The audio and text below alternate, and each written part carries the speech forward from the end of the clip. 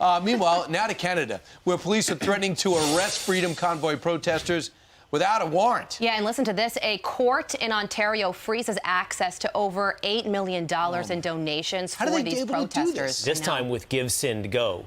Jeff Flock from our sister network, Fox Business, joins us live on the ground in Ottawa from inside the Freedom Convoy. Jeff? That has been a real important thing for this convoy because the funding of it has been a key. It's been very well organized to the point I'm standing in what is a child care area here. We're early and the kids aren't here yet, but this is what they've set up. I mean, they've got everything. They're smoking meat over here, and we're right in front of Parliament. This is the exit and entrance for a lot of people, members of Parliament. And, you know, yesterday I watched people come out after debating, and even some of the Parliament members who are in favor of the mandates and that sort of, nobody accosted them, nobody chased them into the bathroom or anything.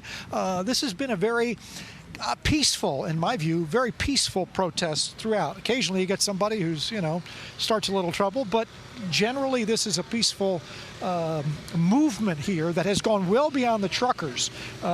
Maybe you see, this is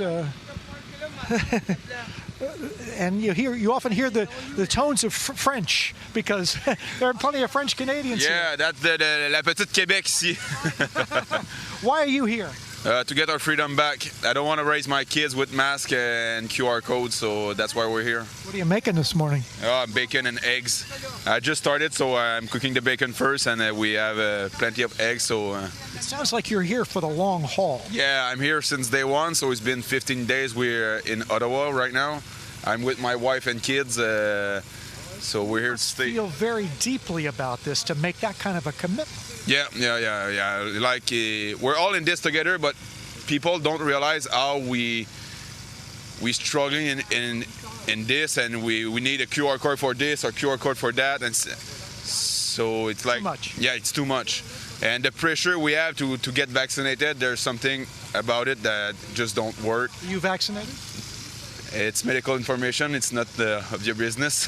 Okay, that's a fair answer. Yeah, but you just don't want to be mandated. Yeah, that's it. I just don't want to end all the mandates, and it's going to be all right. Got it. I appreciate it. Yeah. I'll let you get back to breakfast. Thank you. Thank you. You can just walk up to pretty much anybody here, and they've got something to tell you. Their passion, carrying Canadian flags, as I see this gentleman here, right here.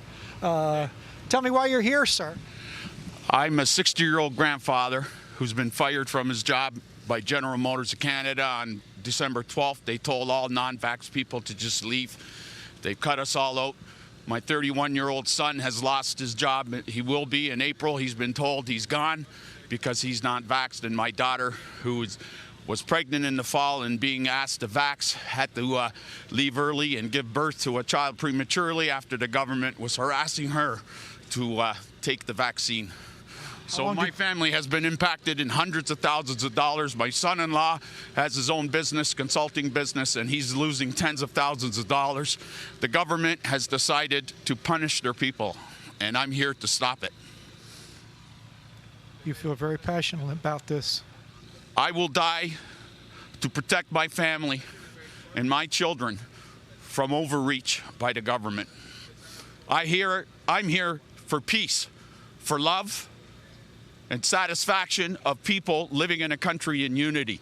And this Mr. Trudeau does not deserve the title of Prime Minister. He is an insult to Canadians. I just want to know how far Mr. Trudeau would go if somebody took the food off of his table, because that's how far I'm going to go, Mr. Trudeau. Mark my words, Mr. Trudeau. Sir, I appreciate very much you sharing your story. I can see the emotion. Thank you. No one could say it better, perhaps, in terms of a spokesman for this group. And that's just a guy I walked up to. I hadn't talked to him before. That's what we're seeing out here. Jeff, this is amazing stuff. That is an absolutely stunning interview. And I think everyone on this couch sympathizes with what Canadians are going through, and not to mention what is also taking place in the United States of America. But I'm curious, as you've talked to people there in Ottawa, what does victory look like? When do the trucks go home? When would they say mission accomplished? I believe very deeply in some of the abstractions they're talking about. I don't want to live in a world of masks and QR codes. I don't want you taking food off my family's plate. But I'm curious, from a real substantive level, what does victory look like for the protesters? I wish there was one voice that they would speak with, but this is a diverse group. It's not just the truckers saying, end the cross-border vaccination issue.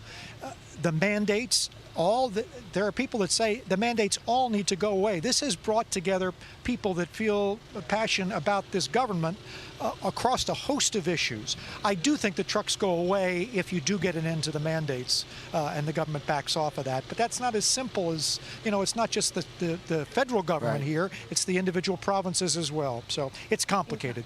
So, Jeff, this isn't just an Ottawa story.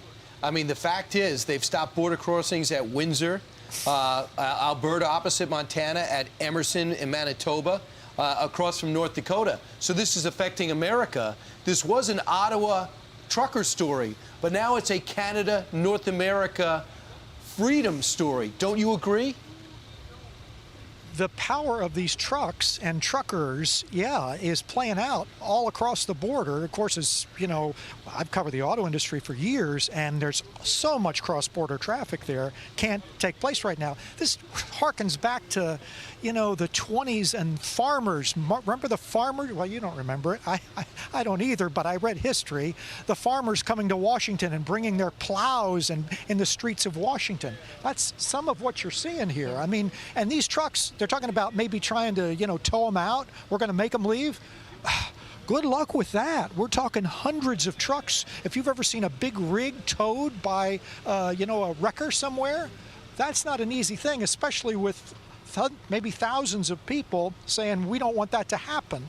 They got them by the short hairs here, not to be too graphic. Jeff, what are the truckers saying about the Canadian court freezing that $8 million that was raised to support them? How much is that going to affect this protest? There are those who are very suspicious of the government to start with, and then you got, you had the first freezing and the first returning of the money on GoFundMe, and now this one as well. This is tremendously well organized, and that comes with some, money. That just doesn't happen. But this has been a grassroots. People showing up here, bringing gas, bringing food, just showing up with their family. So I don't know that that's going to stop it. Just freezing that money, I don't think that's going to put an end to this, because people will just come out of their homes from all across this. I talked to a guy today, drove 14 hours to be here from, halfway across Canada. Wow. So I don't think freezing that money is going to have a big impact. Just a stunning, excellent report. Great to talk to you. Great to hear those voices from Canada this morning. Thank you, Jeff. Hi, everyone. I'm Brian Kilmeade. I want you to do me a favor. I want you to click to subscribe to the Fox News YouTube page. This is the only way that I know for sure that you're not going to miss any great commentary, any great news bites, any great interviews coming your way on Fox. You can get it all here on YouTube. So subscribe right now.